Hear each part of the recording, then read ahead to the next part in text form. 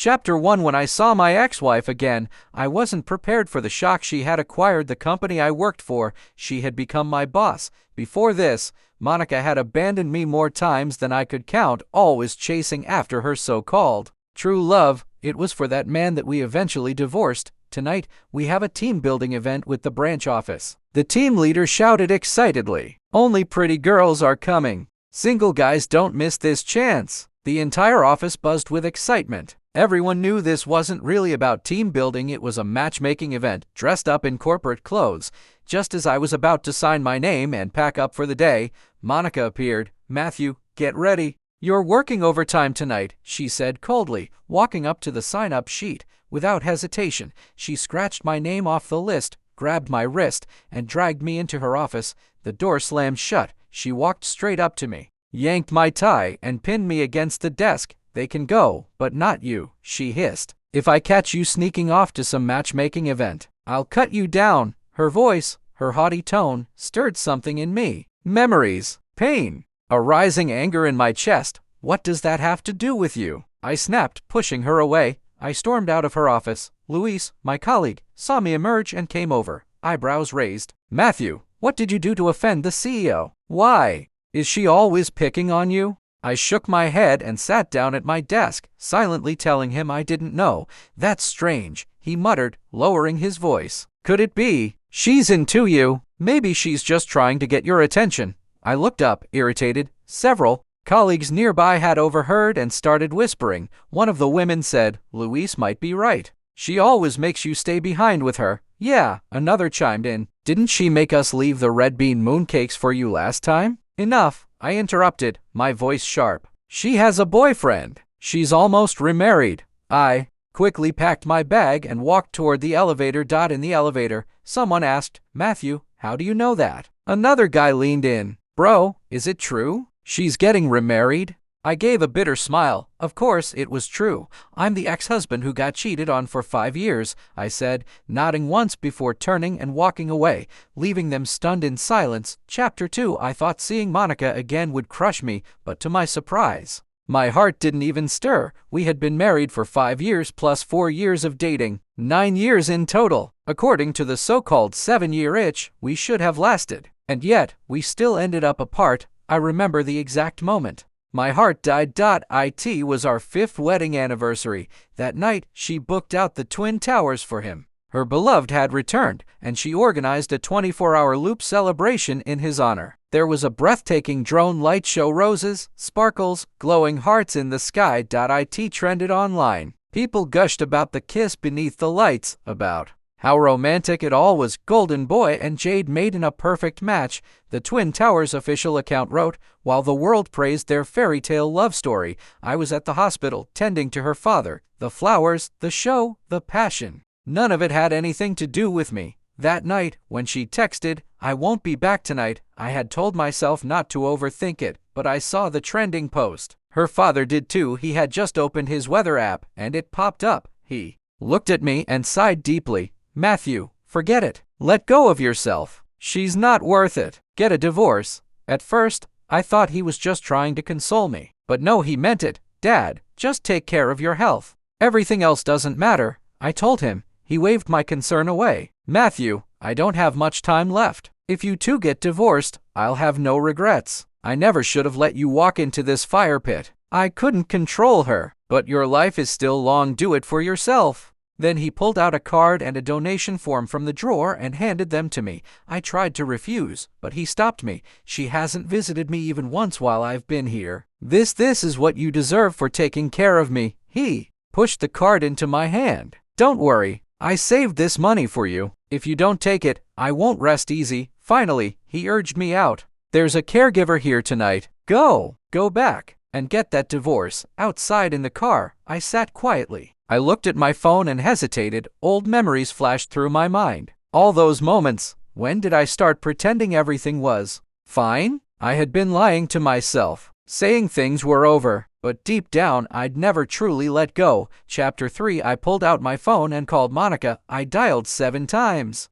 She hung up each one. Each rejection only strengthened my resolve. Finally, she answered. "Speak," she said coldly.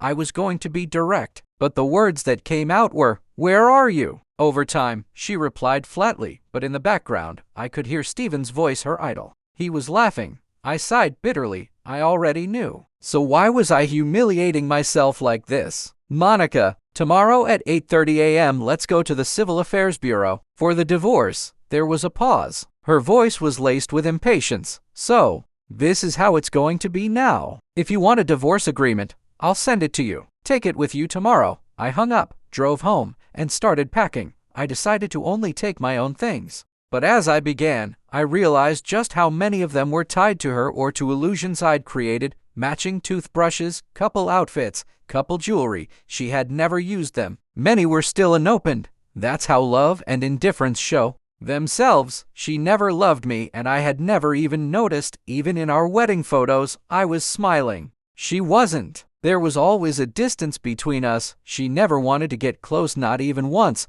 I went to the house we'd bought before the wedding, sorted through everything, and began to check off what I still needed. That night, I slept deeply for the first time in months. The next morning, sunlight streamed into the room. It was warm, peaceful. I packed up and drove to the Civil Affairs Bureau. In the lobby, I waited. I opened my phone and saw Steven's latest post: a 9-photo grid, roses, wedding rings, kissing photos, hotel room decor. His caption read, "After all this time, you're still the one." I took a screenshot. Strangely, I wasn't destroyed. Sure, it hurt, but not like I thought it would. The evidence of her betrayal again was right in front of me, but maybe something inside me had finally died overnight. I waited at the bureau until lunchtime. Still, Monica didn't show. A staff member came over. "Sir, we close at 11:30 for lunch." "No more processing until afterward." I nodded. "It's okay." The staff looked at me, pity in their eyes. "Maybe she doesn't want the divorce. Try talking to her again." I shook my head, my voice calm. "She's probably still in bed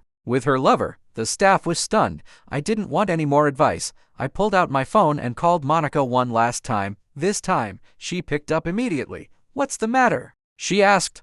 "I'm at the Civil Affairs Bureau." "When are you coming?" There was a pause. She must have sensed the tone in my voice. "I'm busy." "We'll talk tonight at home," she said, and hung up. I was about to leave when the staff member said, "If she doesn't show up, you can file for divorce online." She pointed to a sign in the distance. "Thanks," I replied. After lunch, I followed the instructions on the sign, uploaded my documents, and officially filed for divorce. Chapter 4. That afternoon, I went to the supermarket to buy some essentials. By the time I finished shopping, it was already dark outside. Just as I was about to order takeout and settle in, my phone rang. It was Monica. I answered. Her tone was impatient. "Why aren't you back yet?" "Back?" I thought. "Didn't you just get home?" But then it clicked. She hadn't noticed I didn't bring much with me when I left. It made sense. She hadn't realized I wasn't coming back. I stayed silent for a moment, and she continued. "I bought you a gift." I interrupted her. "Did you get the subpoena?" "What subpoena?" "The court subpoena. If you're not going to show up for the divorce, then I had to apply for a divorce lawsuit. I've already received the court notice. You should have gotten it by now too." "Matthew, are you crazy? Why the hell are we getting divorced? Since you two are being open about it, you might as well give him a proper status. Isn't it good that I'm making things easier for you? Hurry up and sign the papers." With that, I hung up. I had already made up my mind to get a divorce. There was no point in saying anything more. Right now, I just needed to focus on ordering my takeout and having dinner. About half an hour later, I heard footsteps outside the door. I stood up, thinking my food had arrived, but then paused. "Hi." Heels. The door clicked open and Monica walked in. She was wearing a wine-red long dress, her posture graceful, and her chestnut curls cascading over her shoulders. She looked beautiful, charming even, if not for the angry, stormy expression on her face. One might have mistaken her for someone attending a gala. In the past, whenever she wore that look angry and aloof, I'd be the first to try and coax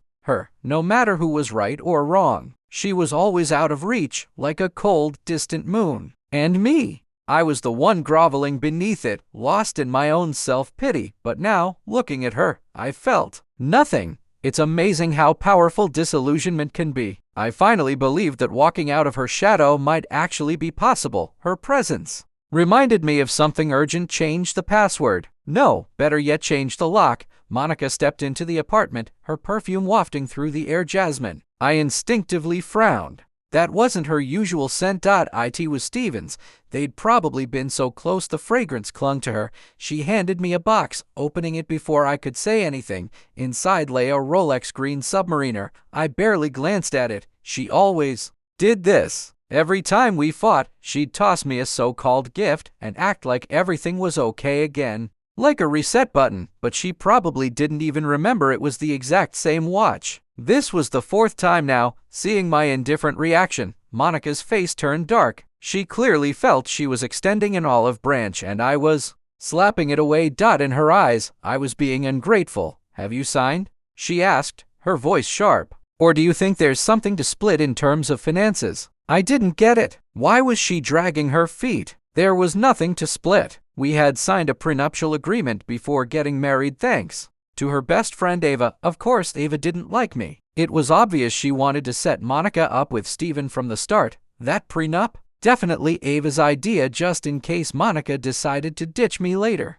That way, I couldn't touch a single penny of Monica's assets. Now, ironically, it made things easier. All Monica had to do was sign. Steven's back. What's wrong with us throwing him a welcome banquet? She asked. No problem. Then, what are you upset about? How does throwing a welcome banquet for him have anything to do with our divorce? It was the first time I ever questioned her directly. Monica stared at me, stunned. Then she sneered. Is this because I didn't invite you to Steven's welcome banquet yesterday? You think I'm playing some stupid game, like teasing and manipulating you? Why didn't I invite you? Don't you know? Every time you show up, you act cold and ruin the mood around Steven. What's the point of bringing you along? Her tone was full of accusation and blame. I didn't want to argue anymore. If there's no financial dispute, just sign the papers already, I said quietly. The room fell into awkward silence. A long pause passed before Monica gritted her teeth and said, I know you're throwing a tantrum because I didn't take you to the banquet. Fine, tomorrow night we'll host dinner. I'll invite them over. Make sure the dishes are ready. Oh, and Steven doesn't eat cilantro, don't mess it up. Without another word, she turned and left. I rubbed my forehead, feeling the pressure build between my brows. Was this how a normal person thought? She really saw me as a cook, a servant. After finishing my takeout, I picked up my phone and opened the court's app. Without hesitation, I tapped the File for Judgment option. Bless the new regulations. I could now skip the mandatory cooling-off period and didn't need both parties to sign. Now I just had to wait for the court to accept the application once they opened on Sunday. The fastest result would come in 24 hours. The slowest half a month. Chapter 5. The next day, I finally wrapped up organizing everything in my small new place. I even changed the lock and set a new password. It was 4:30 p.m. I had just started preparing dinner when my phone rang nonstop. It was Monica. Her ringtone blared through the kitchen. I pressed mute and kept chopping vegetables. Half an hour later, the ingredients were prepped. I glanced at my phone. Missed calls, messages, notifications, all from her. Then another call came in. I answered, thinking it might be work. I didn't want to miss anything important. Matthew, are you crazy? Where are you? At home. At home? I can't find you. Everyone's already here. Why isn't the food ready? She didn't give me a chance to answer. Forget it. If I wait for you to cook, who knows how late it'll be. Come to the Glee restaurant right now, or don't expect me to sign. She hung up. I thought for a moment, then decided to go. I didn't have any expectations. I just figured if she signed the divorce papers, the whole thing would move along faster. With a lawsuit divorce, some steps could be skipped, saved me time and hassle. I brought the signed agreement and headed to the Glee restaurant, following her text's directions. The private room was already packed. As I pushed open the door, silence fell. I scanned the room. No seat for me. I looked up at Monica. Steven, seated beside her, noticed and waved to a waiter. Add a chair here, and some utensils. After I sat down, Ava's voice rang out, this restaurant's decor really needs upgrading. A table for 12 is now a table for 13, it's too cramped. Everyone else stared at me, eyes full of curiosity. Monica stayed silent, but Steven tried to smooth things over. It's fine. A little crowded makes it more lively. After a few drinks, they started playing Truth or Dare. The bottle pointed to Steven. He chose Truth. Everyone teased him. Ava, with her usual snark, glanced at me and asked, So, who did you come back for? Stephen looked a little awkward, then said with surprising courage, I came back for Monica. Then he looked straight at me, full of provocation. Ava, tipsy, jumped in excitedly. Oh, true love. Monica, I have to say it wasn't your fault. You two just missed each other before. But now, you're finally setting things right. So apparently, I was the one who went astray and Stephen was the one bringing her back to the light. Stephen looked at Monica, eyes full of warmth. Back then, my mom was sick and needed urgent treatment abroad. I didn't want to hold you back, so I broke up with you. That's why we got separated. Monica's eyes sparkled the whole time Stephen talked, that light in her eyes. It had never once been directed at me. Watching their little reunion unfold, a smile crept across my face. It was almost funny, like I was the villain who heartlessly tore them apart. Just then, a man sitting beside me leaned closer and muttered, Matthew, if I were you, I'd want to find a hole to crawl into. Why are you even here? I nodded thoughtfully, then clapped my hands loudly, getting everyone's attention. Congratulations, I said with a polite smile. I hope you two reconcile, be the perfect couple, grow old together, and have kids soon. Only then did they seem to remember I was still sitting at the table. There at the table, as Monica's legal husband, I sat while Stephen looked aggrieved. He stood up and raised his glass toward me. Sorry, Matthew. I forgot you were still at the table. Monica and I have moved on. Don't take it personally. I apologize to you. I drink this to you. He was about to down the whole glass when Monica quickly reached out and interrupted him, speaking softly to calm him. Stephen, you've already had so much to drink, don't drink anymore. Besides, it's just a game. Why bother apologizing? To him? She turned her head and looked at me, her usual cold demeanor returning. Matthew, it's just a game. Don't take it so seriously. I didn't respond to Monica. I simply smiled at Stephen. The hotel upstairs has rooms. How about I help?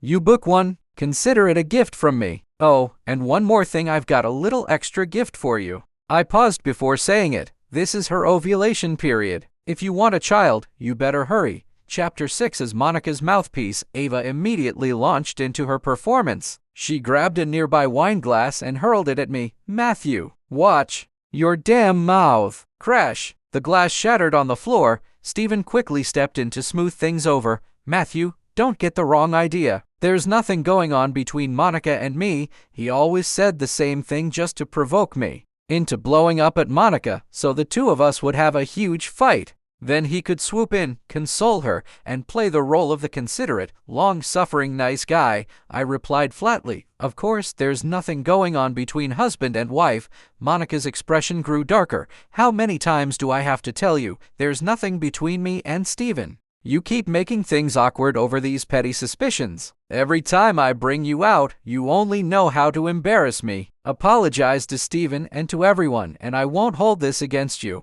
I met Monica's eyes and let out a soft chuckle as I countered, and what authority do you have to hold anything against me? As an ex-wife, as soon as those words landed, the air in the room seemed to freeze. Stephen's eyes flicked with amusement, a sneer playing at the corners of his mouth. Matthew, are you still upset over the light show? He asked smugly. I knew he brought that up on purpose, trying to make me the fool of the night.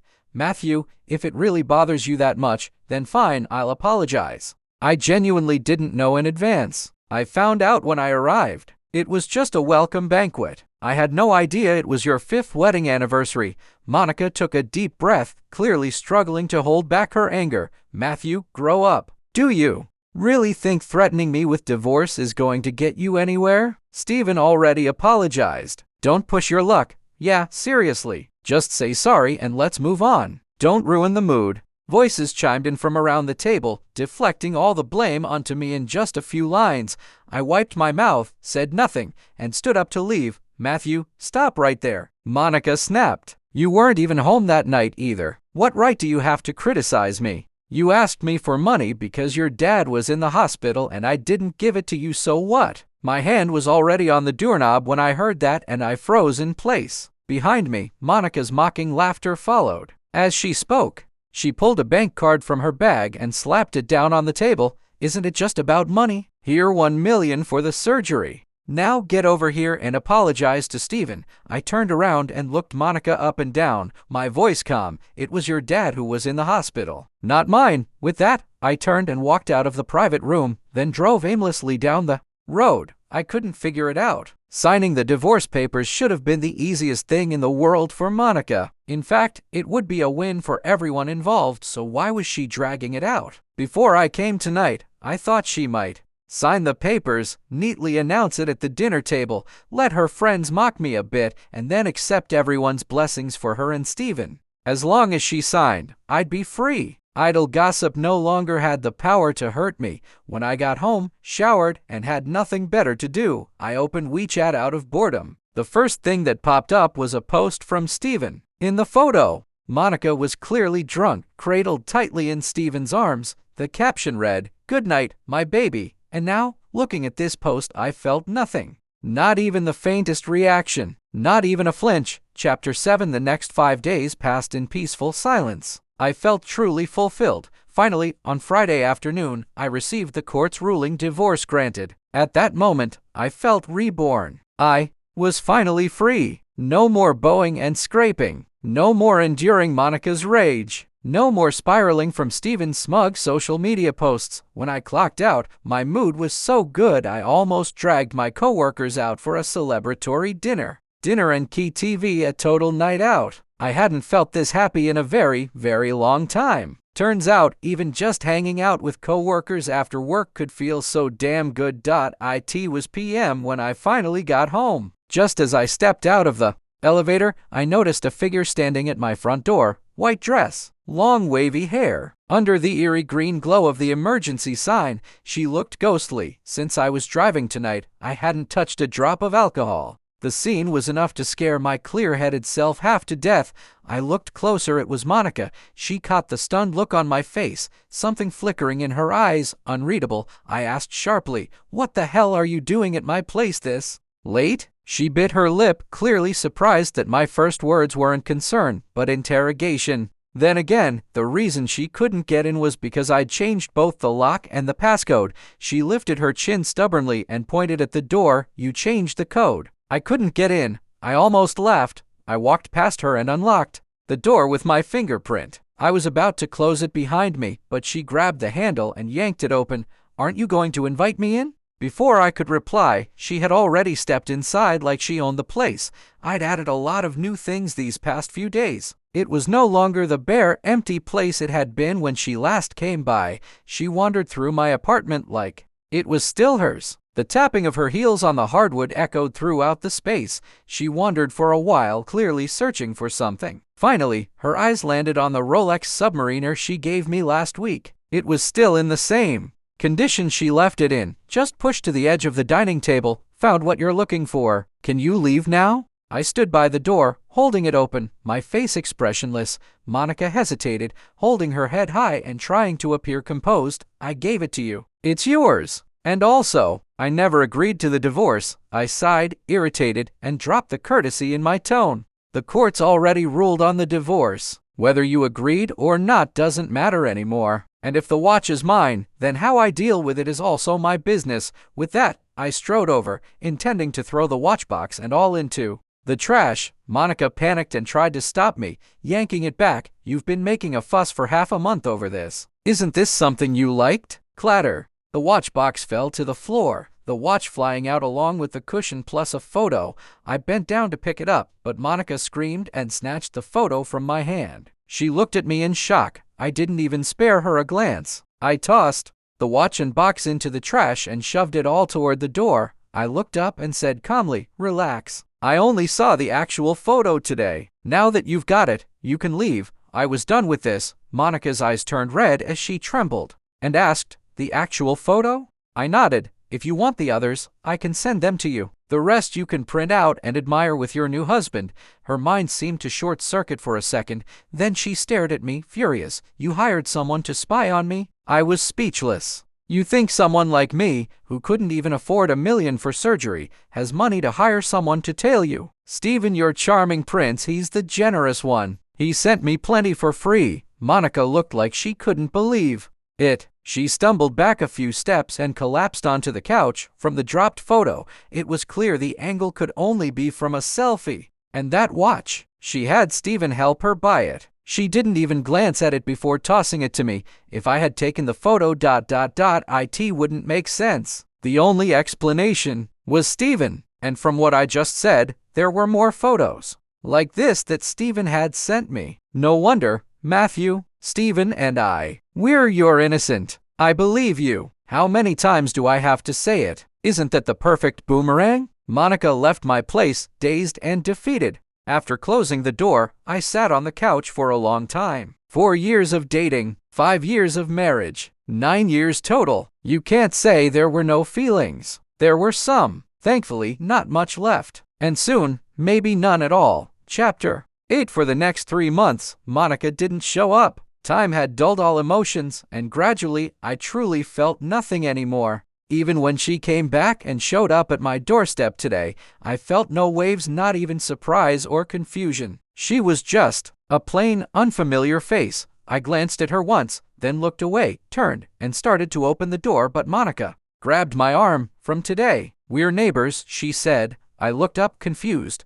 Monica seemed ready with an explanation, as if she already knew how I'd react. I bought this apartment because it's close to the office. I nodded, subtly, pulling my hand back and preparing to go in. Matthew, come have dinner. Don't you think it's good to get along with the neighbors? She gestured toward her kitchen where the smell of cooking filled the air. I quickly waved my hand. I won't disturb your dinner. No, it's all mine. Don't you remember? Back in college, you said your favorite was sweet and sour ribs. That was my favorite dish, even now. But food is food, and people are people. If this kept up, I feared I'd end up hating sweet and sour ribs. I followed the recipe, measured every ingredient perfectly. It should taste just right, but a proper ex should stay as dead as possible. I turned and entered my house. And just then, a thought struck me. Monica moving next door, doesn't that mean we'd be bumping into each other all the time? And Steven, Ava, all of them, wouldn't it be the same? In that moment, I had this strange sensation as if the ground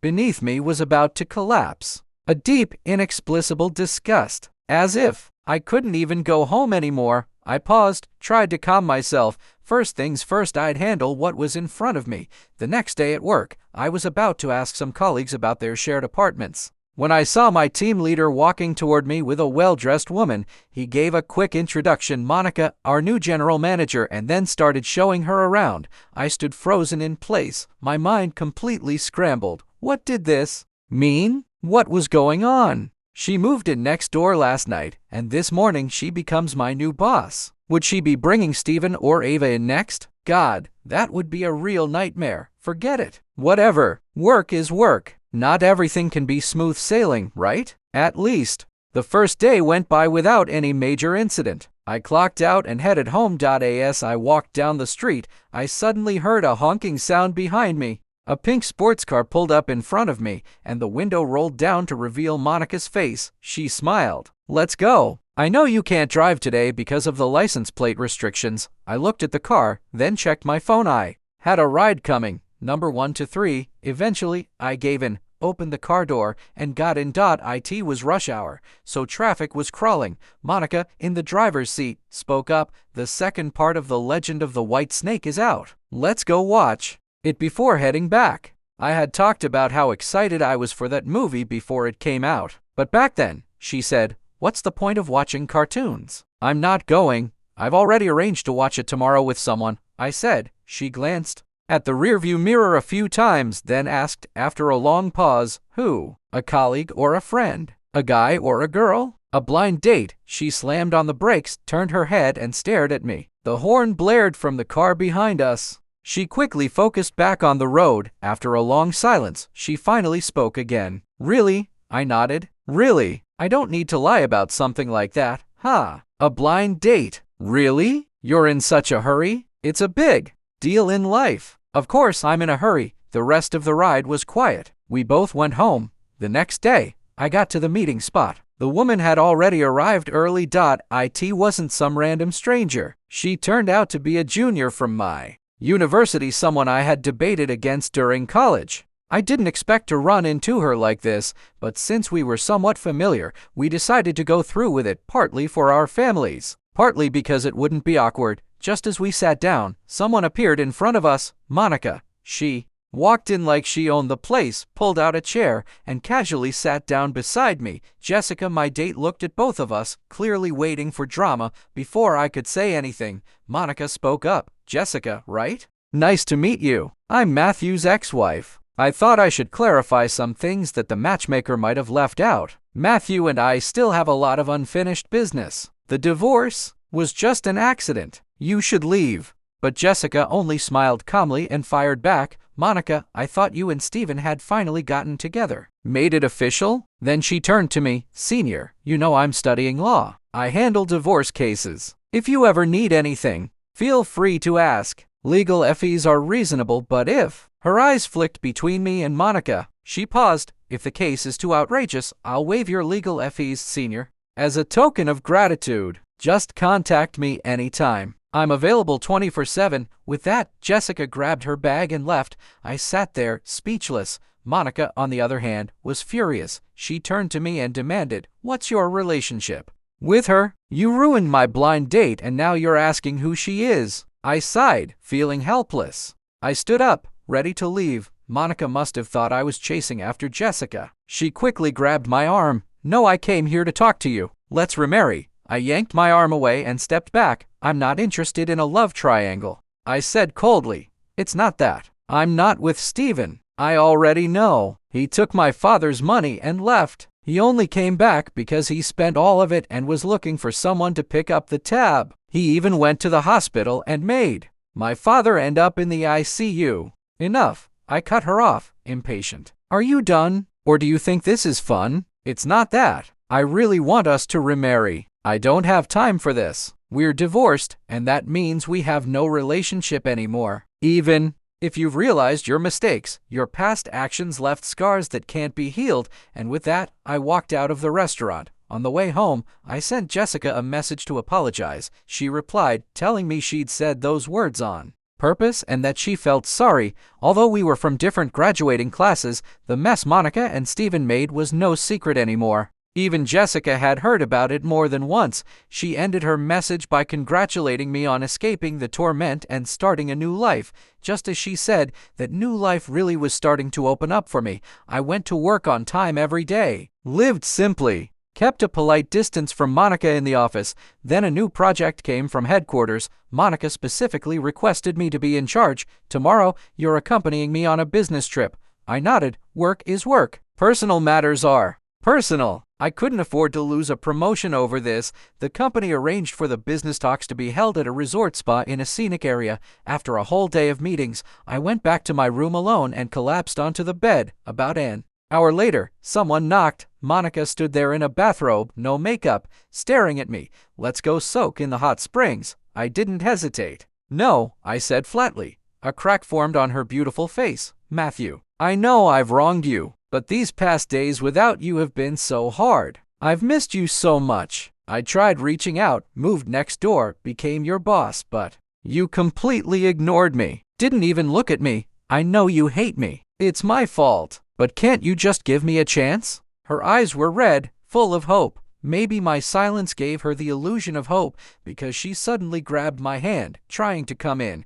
But I felt no pity. I pulled my hand away, looked her in the eyes, and said, word by word, there is no future. It's absolutely impossible. Tears rolled down her cheeks. She stood there, staring at me for a long time before turning around and leaving lost and defeated. A broken mirror can never be whole again. The cracks won't disappear. They only deepen into a massive rift, one that can never be filled, one that will never vanish.